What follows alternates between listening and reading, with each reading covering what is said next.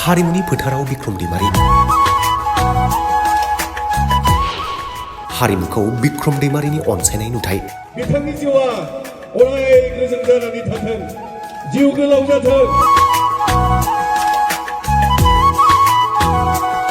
बाक्सा जिल्लायाव खुंनाय खुंगा 57थि मागो फोरबो फालिथायाव मोनाबिलिनि हारिमुखौ बेखेवो बिक्रम दैमारिया।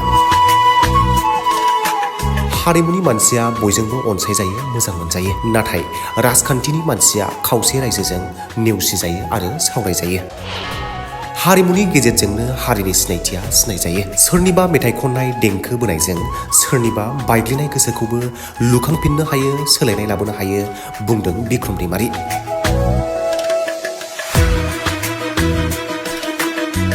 बे जायफोरा कालचारजों हारिमुजों सोमोन्दो थायो बिथांमोनखौ रायजोआ अनसायो, रायजोआ नागिरो, समाजा बरायो आरो गोजोननायजों बिथांमोनखौ गोबानानै लायो।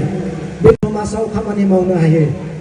नाथाय राजखान्थिनि फोथाराव जेब्ला आगान होयो खावसे रायजोआ दुखु मोननाय फोरमायो आरो माब्लाबा सोंखारि जायो, रायजायो। बेबायदिनो आं गावखौनो बुंनानै लाबाय, जोंनि फोथारा दिनै गोदो कालचारावमोन। आंबो मेथाइ खनोमोन, रोजाबोमोन। एबसुआनो आंखौ मेथाइ खननो फोरोंदों आरो जुरिजेनहोदोंमोन। दा आंनि जायगाया एसे आलादा जाबाय। मेथाइ खननाय रोजाबनायाव समाजाव खामानि मावनो हायो।